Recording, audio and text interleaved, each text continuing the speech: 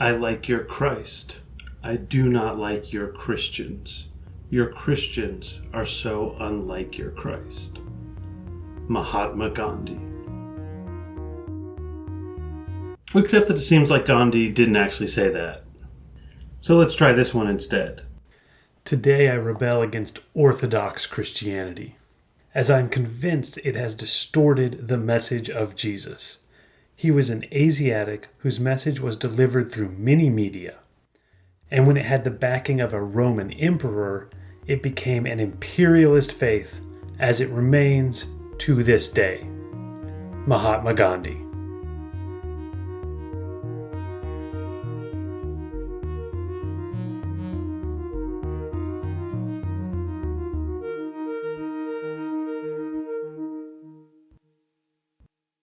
Welcome back to Everyday Anarchism, the podcast that finds anarchism all around us in our everyday lives. I'm your host, Graham Culbertson.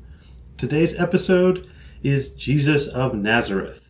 I'm intentionally not calling this one Jesus Christ. Jesus was his name, or Yeshua, or Joshua. These are all the same names, so Joshua in the Old Testament and Jesus in the New Testament have the same name. It gets translated differently to make sure you don't get confused. Christ, on the other hand, is a title. It's often translated as Messiah, Chosen One, Savior, Son of God, etc. Jesus Christ means Jesus, the one who has come to save us all.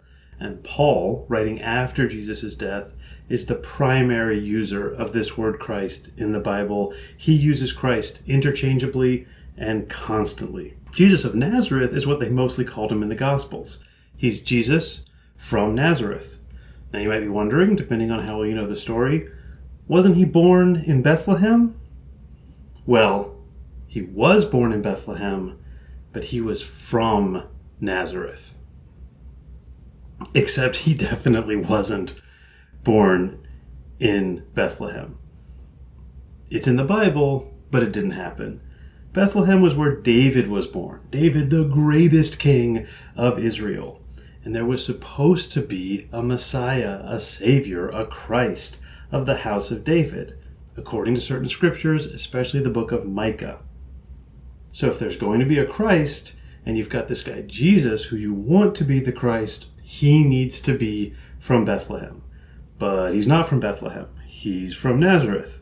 So what do? We make up a story about Jesus being born in Bethlehem. Ta-da! Jesus can be the Messiah, even though the whole story is completely made up. And this Messiah, this Christ, isn't anarchist. In fact, there's a good argument to be made that Christianity, especially as Roman Catholicism, is among the least, if not the least, anarchist institutions in Western culture. Hence, Gandhi's quote from the beginning that Jesus was an Asiatic, and Gandhi really means an conservative anarchist who got taken by the Roman Empire. Obviously, the idea that Roman Catholicism is not anarchist is overblown because Roman Catholicism is over 1,000 years old and incredibly complicated. It seems to me that Francis of Assisi is anarchist. I'm working on an episode about him. Dorothy Day is an important Catholic anarchist of the 20th century. I'd love to have an episode about her. I haven't done the research yet on that one. But in the grand sweep of things, Roman Catholicism is pretty un-anarchist. So the first thing we've got to do, if we want our anarchist Jesus of Nazareth, if we've got to go back 2,000 years ago and find the anarcho-communist Jesus underneath the Roman Catholic trappings, or even the Christian trappings. Gandhi argues that Christianity itself is against Jesus and against anarchism. And boy, oh boy, are there a lot of trappings. Bart Ehrman has made a career out of writing accessible books for the lay reader that show how little we actually know about this historical Jesus, and how much we do know about the people who get between us and that historical Jesus, even though we don't normally talk about those people. The Bible has been interpreted nonstop since it was written But even before that interpretation, well, it had to get written. Here's Ehrman. Many Christians today may think that the canon of the New Testament simply appeared on the scene one day, soon after the death of Jesus, but nothing could be farther from the truth. As it turns out, we are able to pinpoint the first time that any Christian of record listed the 27 books of our New Testament as the books of the New Testament, neither more nor fewer. Surprising as it may seem, this Christian was writing in the second half of the 4th century, nearly 300 years after the books of the New Testament had themselves been written. The author was the powerful bishop of Alexandria named Athanasius in the year 367 CE. And that's from Ehrman's book, Misquoting Jesus. So Jesus was born roughly, year 1 or so AD, Anno Domini, year of our Lord, aka Jesus. So we're close to 400 years, more than 350 years before we get the New Testament. So if you want an anarchist Jesus, you can find one. You can find any Jesus you want. You can even make the claim that Jesus never existed at all. That one's pretty tough based on our historical sources, but so much came between Jesus' life and the writings we have about him that his life is really up for grabs. Here's Ehrman again, writing about the texts that tell us about the life of Jesus. Not only do we not have the originals, we don't have the first copies of the originals. We don't even have copies of the copies of the originals, or copies of the copies of the copies of the originals. What we have are copies made later, much later. In most instances, they are copies made many centuries later. And these copies all differ from one another in many thousands of places. These copies differ from one another in so many places that we don't even know how many differences there are. Possibly it is easiest to put it in comparative terms. There are more differences among our manuscripts than there are words in the New Testament. So, Jesus is up for grabs. There are infinite interpretations of Jesus. Who knows how many things are missing? But based on what we have, I want us to go find Jesus of Nazareth and show he's an anarchist. On the next podcast, this one got too big and I had to split it in two. So here's my plan for today. The Romans killed Jesus of Nazareth, an anarchist, and then he was reborn as Jesus Christ, imperial figurehead. I would like to reverse the process. So today, let's kill Jesus Christ, the God of the great empire, and then once he's out of the way, we can go find Jesus of Nazareth 2 weeks from now. And I will also do a Q&A session in between those episodes, which I think will be fun. Please send me your comments on this episode or any previous work I've done, but especially your thoughts on my crucifixion of Jesus Christ in favor of Jesus of Nazareth in this episode. That's everydayanarchismpodcast@gmail.com. Now I'm going to turn to a personal story. It's a personal story, and yet it's also a rite of passage that so many people experience. It famously happens in seminary. To me, it happened my first year as a college student in undergrad. I was hanging out in a dorm room. First year, there was drinking. I wasn't drinking at the time because drinking is illegal. And although I knew Jesus hadn't forbidden drinking, I knew he had forbidden doing illegal things. And therefore, I wasn't drinking. You can see this is not an anarchist Jesus that I believed in. And one of the people who was in the room we were hanging out said, "My parents lied to me. Satan is not in the Bible." I will never forget that phrasing. My parents lied to me. Satan is not in the Bible.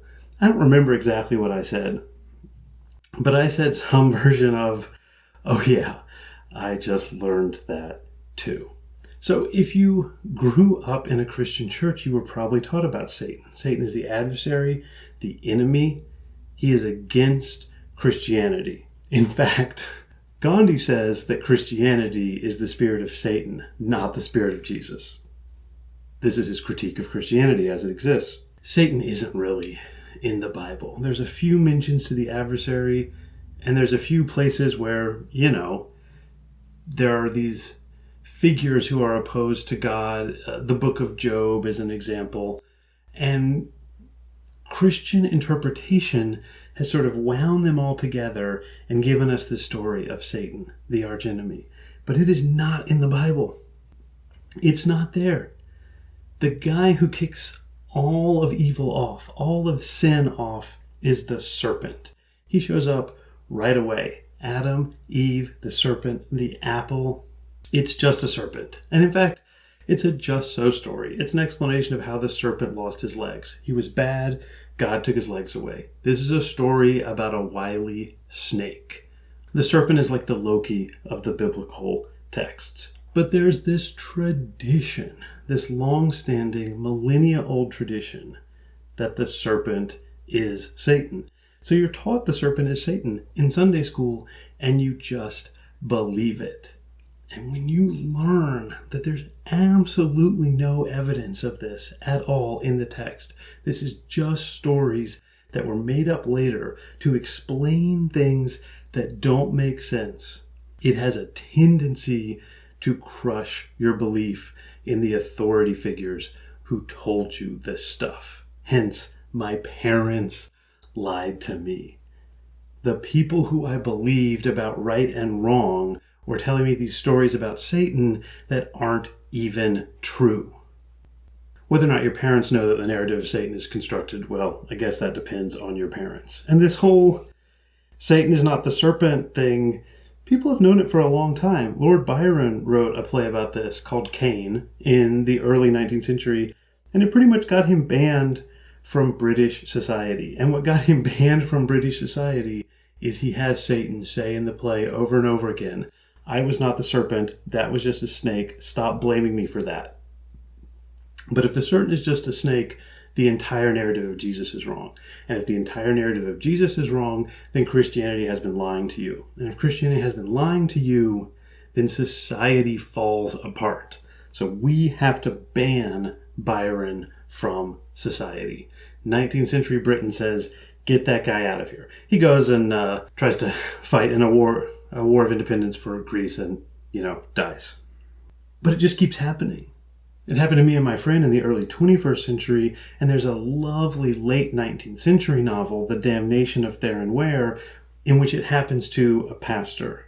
Theron Ware is the name of the pastor, he's trying to write this book about Abraham, and of course the Old Testament texts, being older than the New Testament, are even more chaotic, are even more corrupted than the texts Ehrman was telling us about. Even though this guy's a pastor, though, no one ever told him that Satan was a made-up story. He thinks it's all real.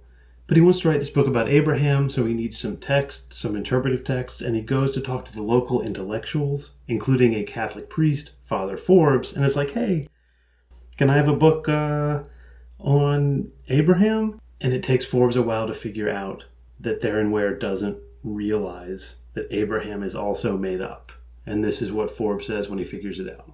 I fear that you are taking our friend Abraham too literally, Mr. Ware, Father Forbes said, in that gentle semblance of paternal tones which seemed to go so well with his gown. Modern research, quite wipes him out of existence as an individual. The word Abram is merely an eponym. It means exalted father. Practically all the names in the Genesis chronologies are what we call eponymous. Abram is not a person at all. He is a tribe, a sept, a clan. In the same way, Shem is not intended for a man. It is the name of a great division of the human race. Heber is simply the throwing back into allegorical substance, so to speak, of the Hebrews. Heth of the Hittites, Ashur of Assyria. But this is something very new, this theory, isn't it? Queried Theron. The priest smiled and shook his head. Bless you, no. My dear sir, there is nothing new. Epicurus and Lucretius outlined the whole Darwinian theory more than 2,000 years ago. As for this eponym thing, why, St. Augustine called attention to it 1,500 years ago. In his De Civitate Dei, sorry, this is me, I don't know how to pronounce Latin, he expressly says of these genealogical names, gentes non homines, that is, peoples, not persons. It was as obvious to him, as much a commonplace of knowledge, as it was to Ezekiel 800 years before him. It seems passing strange that we should not know it now then, commented Theron. I mean that everybody shouldn't know. Father Forbes gave a little purring chuckle. Ah, there we get upon contentious ground, he remarked. Why should everybody be supposed to know anything at all? What business is it of everybody's to know things? The earth was just as round in the days when people supposed it to be flat as it is now. So the truth remains always the truth, even though you give a charter to 100,000 separate numbskulls to examine it by the light of their private judgment, and report that it is as many different varieties of something else. But of course, that whole question of private judgment versus authority is no man's land for us. We were speaking of eponyms. They know. They all know. The priests know. All of the people whose job it is to know things know that the Bible is made up. By the late 19th century, they've known at least 70 years, if not more like 100. But Forbes also says, this is the Roman Catholic thing, you can't let the numbskulls know. The truth is always true. The earth is always round. Jesus is always the Christ. But if you let people look at it, they will make mistakes. One of those mistakes they might make is believing that Jesus is an anarcho-communist, not the Christ. That's anarchy, and you can't have that. So what's your job? Your job is just to listen to what the priests and the scholars say. They will use the correct judgment, as opposed to you using your stupid private light. They will use the big light of truth, which you cannot access. Father Forbes, Catholic priest, he's on the side of authority. He knows the serpent isn't really Satan. He knows Abraham wasn't a real person. But why would he tell the people? They would just get it wrong. They don't understand the deeper, more important truth. So it's their job, the numbskulls, to be quiet and listen. Well, the Father Forbes, tells them the truth about Christ. Okay, so since Paul or Augustine or Athanasius or the Emperor Constantine or whoever, Christ has been this anti-anarchist figure. It all fits together. Old Testament, New Testament, Greek philosophy, we'll get to it in a second, and whatever powerful government you want. Every powerful government in the Western world, more or less every powerful government in the Western world after Constantine, puts Christ in this position as the authority figure who you can't understand, but who authorizes the hierarchical system. It doesn't matter who the person is. Is it Constantine? Is it Charlemagne? Is it Julius II, who was the Pope who had the Sistine Chapel painted? And he named himself Julius after Julius Caesar. He kind of cut out the middleman. He said, I am the knower and also the ruler. Much like Plato. Get to that in a second. Kaiser Wilhelm, Tsar Nicholas, Kaiser and Tsar, these are just words for Caesar. And why are they in charge? Because Jesus says they are. Jesus isn't around, so why don't you go ask your local priest? He will confirm that you should listen to Caesar. You know how I love my Mike Duncan. So here's Mike Duncan on Constantine. Duncan's actually speaking on a podcast called The History of Byzantium, which I do recommend. Listen to the history of Rome first. Duncan says, before Constantine and the Council of Nicaea, Christianity is a bottom-up religion of slaves and women and privates in the army. Sort of the lowest of the low who are embracing this new religion and philosophy, which is really quite tied, probably, to what Jesus as a person was advocating. And Constantine marries that religion to imperial power, and that transforms Christianity from a grassroots movement to a full-blown power structure. There's an anarcho-communist Jesus. Women, privates, slaves, the people at the bottom have come together and formed a community. And this anarcho-communist Jesus gets ripped out of his place in the hierarchy, which is at the bottom. Blessed are the meek, and put at the top. Do what Constantine tells you to. So I've mentioned Plato a few times and Greek philosophy.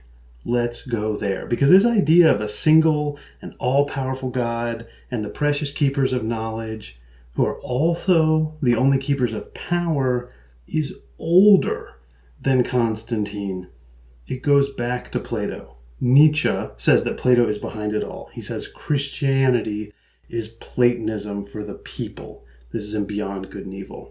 If you listen to the first Q&A I did on this podcast, I talked about how in Homer, Zeus is this chaotic, erratic figure who's supposedly in charge, but really just feels like another force of anarchy. Plato, who's writing a few centuries after Homer, says that even though Homer is the founding document of Greek culture, they should stop reading him, or at least reading certain parts of him, because Homer's Zeus is so unstable. I would say anarchic. He transforms into lesser forms, he lies, he has sex with humans, he squabbles.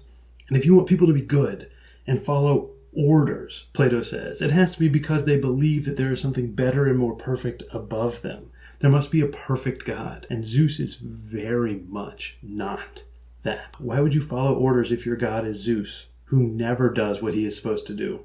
So Plato invents a sort of perfect version of Zeus, who is totally logical and good and must be true. If you know anything about the conceptions of the Christian God, here he is. It's not Yahweh, it's Plato's Zeus, centuries before Christ. The Zeus of Homer's stories bears basically the same relationship to Plato's Zeus as the Jesus of Nazareth, the anarchist Jesus, bears to the Platonic, perfect Jesus. Plato expresses this famously in his allegory of the cave. You may have been taught the allegory of cave before. You may have heard it a million times. You may have never heard it. I'm going to run through it briefly. It is the source of the anti-anarchist theory of knowledge that animates Christianity. So this allegory of the cave, the idea is that everyone is chained up and they're chained against a low wall in a cave or a cave-like prison cell. It's not clear. And they're looking at the side of the cave. And on the wall behind them on the wall, there's a road. And on the other side of the road, there's a fire. And so people are walking along this road and they can see shadows. The people are carrying things and they can see the shadows on the wall. And since that's all they can see, they can't turn their head. They're like, oh, these are real. These shadows are real. Now, Plato says, imagine one of those people gets free and they get outside. Eventually, they will see all sorts of things. They will see the real things, not the shadows. Eventually, they'll see the sky, the stars, and the sun. And the sun is not the light of private judgment. It is the light of universal judgment. It is the main thing to see, but you can't even look at it because you can't truly know it. But you know it by seeing it everywhere else, this perfect truth. And this person knows the most anyone can know. But if the person goes back down and tries to tell his chained up friends about the sun, they won't believe them. He's like, these shadows are not real. They're the copy of a copy of a copy. This is fake. I know the real truth. But these stupid numbskulls, you see, these are Father Forbes numbskulls, will not believe him. They will insist that he is crazy and they are right. I'm going to quote you some Plato. It's tough. This is the Waterfield translation. We'll see how this goes. If you don't get anything out of this, just, I don't know, send me a question in the Q&A. I can try and unpack it. I'm no Plato expert, though. The region which is accessible to sight should be equated with the prison cell, and the firelight there with the light of the sun. And if you think of the upward journey and the sight of things up on the surface of the earth as the mind's ascent to the intelligible realm, you won't be wrong. At least I don't think you'd be wrong, and it's my impression that you want to hear. Only God knows if it's actually true, however. Anyway, it's my opinion that the last thing to be seen, and it isn't easy to see either, in the realm of knowledge is goodness, and the sight of the character of goodness leads one to deduce that it is responsible for everything that is right and fine, whatever the circumstances, and that in the visible realm it is the progenitor of light and of the source of light, and in the intelligible realm it is the source and provider of truth and knowledge. And I also think that the sight of it is a prerequisite for intelligent conduct of either of one's own private affairs or of public business.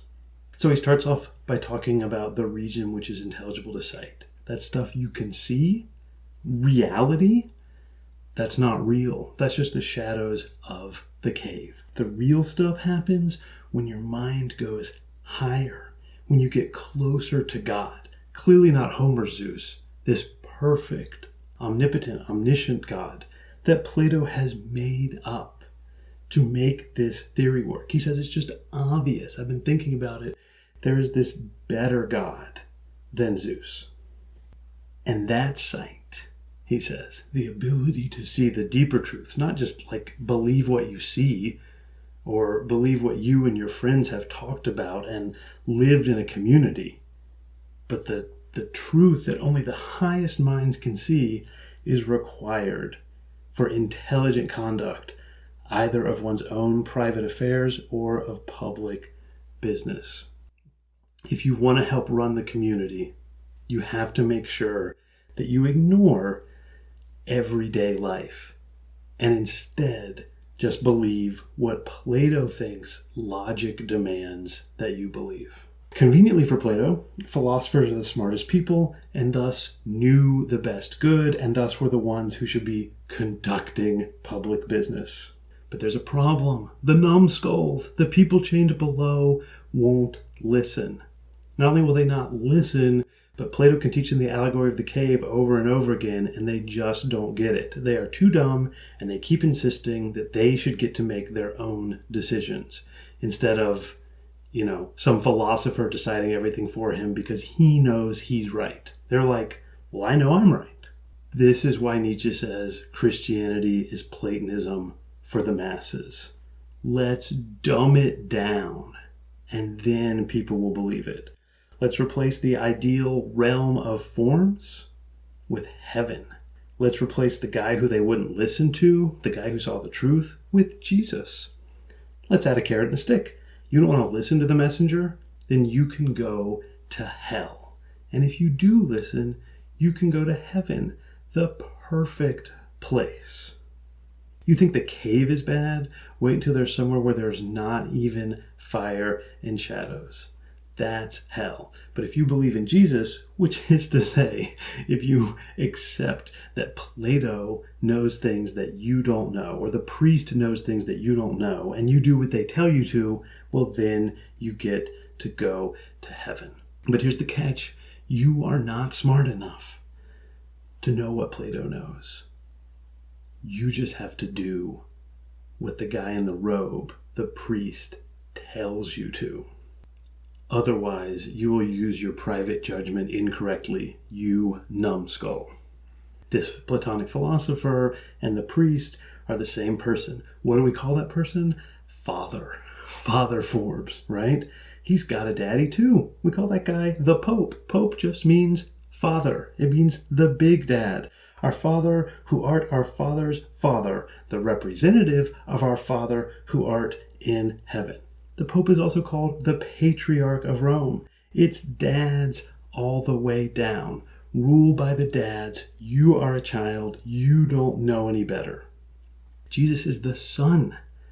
He's the messenger of God, of Dad, who came down to tell you, listen to your earthly father.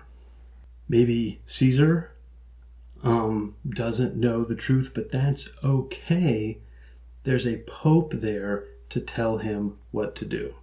You aren't smart enough. You can't read Greek, Latin, Hebrew, whatever.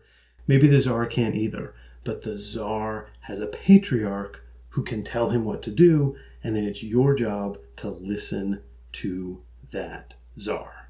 Otherwise, you'll mess it up if you go off thinking for yourself.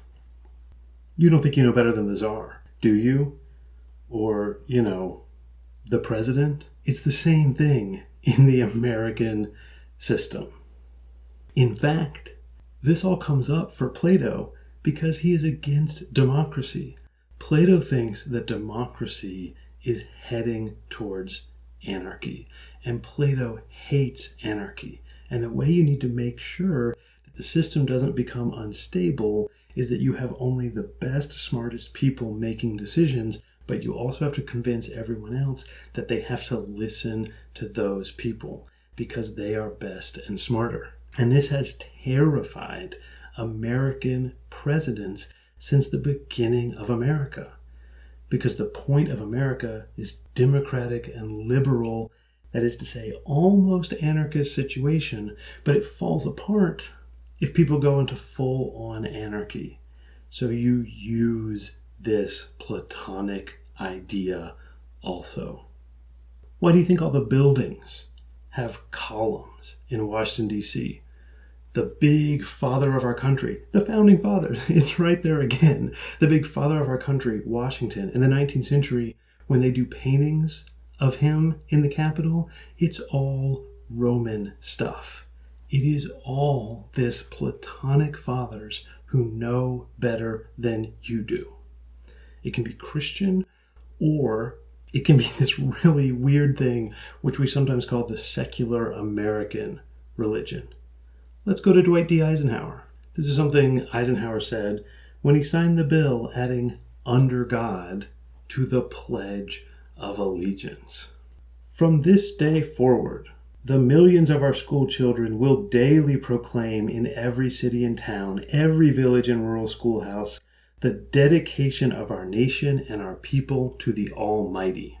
To anyone who truly loves America, nothing could be more inspiring than to contemplate this rededication of our youth on each school morning to our country's true meaning. Especially is this meaningful as we regard today's world. Over the globe, mankind has been cruelly torn by violence and brutality, and by the millions deadened in mind and in soul by a materialistic philosophy of life.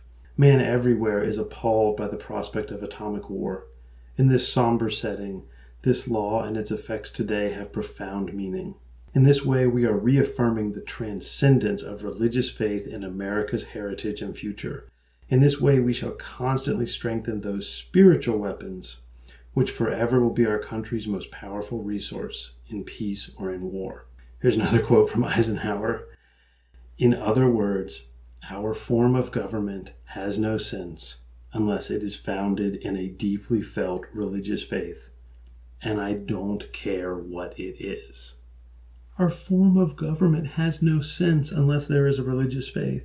And I don't care what it is. I take this to mean democracy will slip into anarchy unless you believe there is something bigger than you out there. Some faith, some God, doesn't matter what it is, that will keep you in line. This is the purest Platonic expression you can imagine. From the first quote, when he says materialist versus transcendent, well, transcendence is this Platonic thing, something behind or beyond. It transcends, it goes above, it supersedes, it floats above tedious reality. The alternative is materialism, believing that what matters is the world around you. You dope. You think what matters is the world around you. No, it's something bigger. But you are not qualified to know what that bigger thing is. So just listen to President Eisenhower and pledge allegiance to God. Remember, dialectical materialism is another word for Marxism. This is an attack on the Soviet Union. Those people don't believe there's a God in heaven guiding them, and that's why they are murderers. So all you got to do is believe in this Platonic realm of ideals. And Eisenhower has taken it so far, it's gone away from being Jesus. Now it's just pure Plato. I don't care what it is. As long as you acknowledge it's bigger than you, you don't know what it is, and it's somebody else's job to figure out what it means. Now we're back where we started. Jesus, who is the Christ, who is the Son, who is the light through which all things see, who is also the Platonic ideal, who is also America, or the Constitution, or sometimes Christ and the Constitution muddled together. That's something we do in America, put under God in the pledge. The important thing is, you don't know what it is. Hand it over to the priests, or somebody else wearing a robe, like the Supreme Court. Don't you see when we get confused and we don't know the truth about the word and we need someone to read the sacred scripture?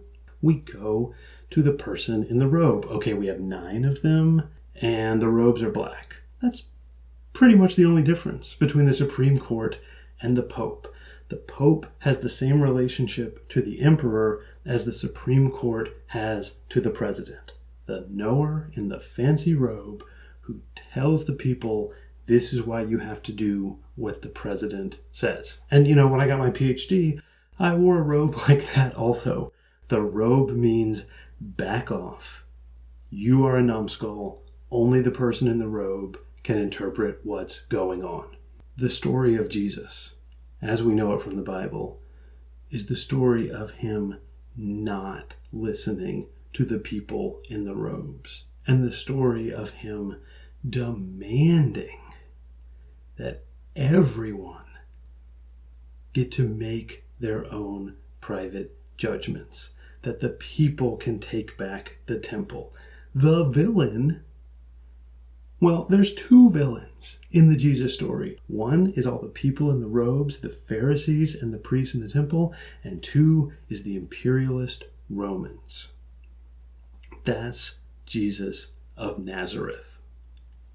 The other guy is a lie concocted to prevent you from realizing that Christ is made up, borrowed from Plato, and Jesus of Nazareth was an anarcho-communist.